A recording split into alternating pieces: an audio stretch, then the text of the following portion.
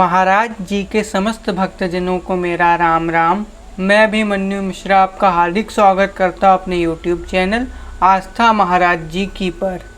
पिछली प्रस्तुति में आप लोगों ने देखा कि कैसे महाराज जी ने अपने भक्त परिवार की दिव्य मालपुआ पाने की अभिलाषा को पूर्ण करने हेतु हम लोगों को कौसानी तक भेजा। आदरणीय दादा श्री मोहनलाल शाह जी व उनके परिवारजनों के साथ मिलकर ऐसा लगा ही नहीं कि हम लोग पहली बार मिल रहे हैं, बल्कि ऐसा महसूस हुआ कि हम लोग अपने ही परिवारजनों के साथ हैं। काफ़ी देर तक हम सब श्री महाराज जी से जुड़े संस्मरणों को याद कर उन पर बातचीत करते रहे। फिर हम लोग अनासक्ति आश्रम लौट आए थे। चूँकि हम लोगों को प्रातः सूर्य उदय होते हुए देखना था, अतः हम लोग जल्दी ही सो गए थे। अनाशक्ति आश्रम से सूर्य उदय का बड़ा ही विहंगम दृश्य दिखाई देता है और दूर दूर से लोग यहाँ पर से सूर्य उदय के इसी विहंगम अलौकिक दृश्य को देखने आते हैं। सुबह हम लोग 5 बजे ही उठ गए थे व आश्रम के उस स्थान पर आ गए थे जहाँ से सूर्यदेव को उदय होता हुआ देखने के लिए और भी कई लोग उपस्थित थे। धीरे धीरे पूर्व की दिशा में बादलों में लालिमा बढ़ने लगी और हम लोगों की उत्सुकता भी, और तभी अपनी स्वर्णिम आभा लिए सूर्यदेव प्रकट होते हैं। उनके उदय होते ही लोग खुशी से चिल्लाने लगते हैं। ऐसा प्रतीत हो रहा था जैसे आसमान ने कोई स्वर्णिम आभूषण पहन लिया हो।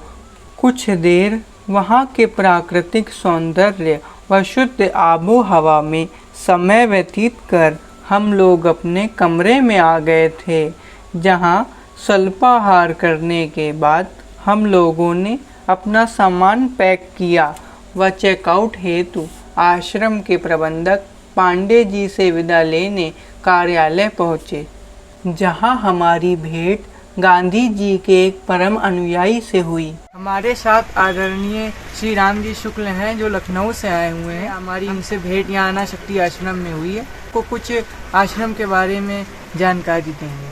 हाँ बेटा जी। महात्मा गांधी देश की एकता, अखंडता और देश को एक में जोड़ने के लिए पूरे देश का भ्रमण कर रहे थे। उसी क्रम में वर्ष 1929 में यहाँ हिमालय पर भ्रमण के लिए आए, लोगों में चेतना जागृत करने के लिए। पहले वो अल्मोड़ा आए। अल्मोड़ा में उनका बड़ा भव्य स्वागत किया गया। स्कूल के लड़कों ने अपनी तरफ से बनाई हुई चादर उन्हें दी और लोग भी बहुत ही सम्मान किए बापू का। फिर बापू वहाँ से ऊपर क्यों चले और यहाँ से कुछ दूर पर चनौदा है, वहाँ गांधी आश्रम की स्थापना की। यहाँ के लोग जैसे ऊन वगैरह का काम करते रहते थे, उसके लिए व्यवस्था उचित नहीं थी। लोगों में को रोजगार अधिक से अधिक मिले, इस नाते आश्रम की स्थापना करके बापू यहाँ आए। ये जहाँ देख रहे हो ये आश्रम है, ये आश्रम उसी तरह से है लगभग। यहाँ चाय बागान थी, उस चाय बागान के मालिक का ये गेस्ट हाउस था। बापू 2 दिन रहने के लिए यहाँ आए, लेकिन बापू को ये स्थान इतना अच्छा लगा। वैसे तुम भी देख रहे होगे कितना सुंदर स्थान है, बहुत ही प्यारा है। यहाँ की आबो हवा इतनी सुंदर है। इसी महीने में बापू जून में ही, तुम भी आए हो और जून में बापू भी आए थे। तो बापू 2 दिन की क्या उसमें 14 दिन रह गए। उनको इतना अच्छा लगा यहाँ। बापू बहुत दिनों से श्रीमद् भगवत गीता को जानते हो, जिसमें कृष्ण और अर्जुन का संवाद है। तो उसी गीता का बापू अनुवाद बहुत दिनों से कर रहे थे। अपने वैयक्तिक सहायक महादेव भाई देसाई और काका कारेलकर आदि से पूछा कि मैं यहाँ सोच रहा हूँ कि इसको अंतिम रूप दे दूँ। तो बापू यहीं बैठ करके गीता को अंतिम रूप दिए, जो अनासक्ति योग नाम से प्रकाशित है। गुजराती में बापू लिखे थे, उसका अनुवाद किए थे। जब देश स्वतंत्र हो गया 1947 में, तो बंगला भी यहाँ के पंचायत को मिल गया, अंग्रेज चले गए। वर्ष 1964 में सुचिता कृपलानी बापू की शिष्या थी। वो जब मुख्यमंत्री बनी उत्तर प्रदेश की, ये जो उत्तरांचल है, उत्तराखंड है, ये भी पहले उत्तर प्रदेश में ही था। तो उन्होंने गांधी स्मारक निधि सेवापुरी को, वाराणसी को, इसको बंगले को दिया और गांधी के जीवन से संबंधित चित्रों को उनके द्वारा समय समय पर किए गए जो कार्य थी उस सबके चित्रों के द्वारा इसमें सजाया गया। और लोग, इसमें 3 कमरे थे, 3 कमरों को तोड़ करके हॉल बनाया गया। उसी हॉल में गांधी के जो जीवन की सारे कृत्य थी उनको सजा करके रखा गया। लोग आते जाते रहे और तब से ये लगातार लोगों को प्रेरणा देता रहा है। आज भी बापू जो सामने बरामदा है, वहीं से हिमालय का दर्शन किए थे। बड़ा भव्य वर्णन बापू ने किया है अल्मोड़ा के अनुभव, और 3-4 पत्र लिखे हैं उस बीच में। वो पत्र दर्शनीय हैं, सारे संग्रहित किए गए हैं। और इस तरह से ये आश्रम का छोटा सा इतिहास है और लोग आते हैं यहाँ से प्रेरणा लेकर जाते हैं। तुम भी आए हो जी। बाबू के पच्चीनों पर चलते हुए देश के लिए, समाज के लिए कुछ कर सको तो अपना जीवन सफल हो जाएगा। अच्छी तरह से पढ़ो लिखो और देश को आगे बढ़ाओ।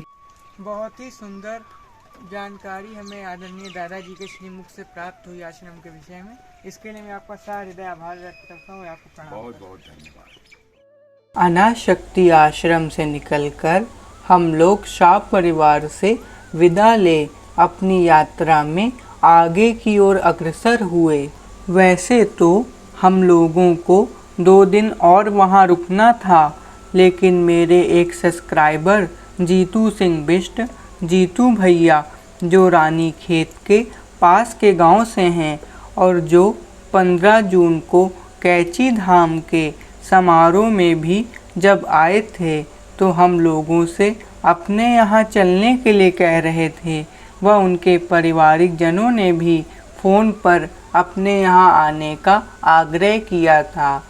अतः उनके बार बार आग्रह करने पर हम लोग बस द्वारा मार्ग के मनमोहक सुंदर नज़ारों का आनंद उठाते उठाते कौसानी से जीतू भैया के घर की ओर निकल पड़े, जो कि भगवाली पोखर नामक गंतव्य पर हमारा इंतज़ार कर रहे थे। वहाँ पहुँचने के बाद हम लोग भैया के साथ ही उनकी कार से उनके गांव की ओर चल पड़े। कुछ ही देर में हम लोग उनके गांव पहुँच गए थे। दूर पहाड़ की चोटी पर भैया का घर दिखाई दे रहा था। सड़क मार्ग पर कार पार्क कर हम सभी को भैया एक नदी पार करा खेतों की पगडंडियों के रास्ते से होते हुए अपने घर ले गए, जहां भैया व उनके पारिवारिक जनों द्वारा हमारा बहुत ही आदर सत्कार किया गया। चूँकि हम लोगों को सफ़र की थकावट थी, अतः कुछ देर आराम करने के बाद हम लोग शाम को भैया के साथ गांव के आसपास के क्षेत्र का भ्रमण करने के लिए निकले।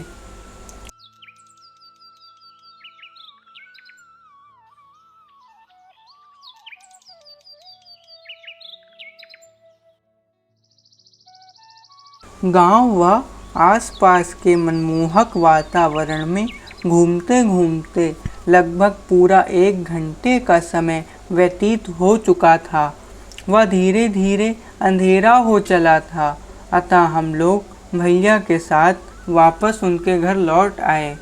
वह कुछ देर बाद रात्रि भोजन के समय बातचीत के दौरान ही भैया ने हमसे कहा कि कल हम लोगों को वो दूनागिरी व पांडव खोली ले जाएंगे।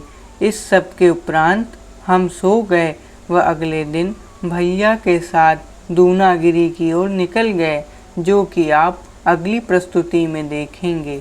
यदि आप लोगों को हमारी यह प्रस्तुति पसंद आई हो तो कृपया वीडियो को लाइक करें, शेयर करें, साथ ही कमेंट्स कर हमारे YouTube चैनल को सब्सक्राइब कर हमारा उत्साहवर्धन करें। जय जय श्री महाराज जी।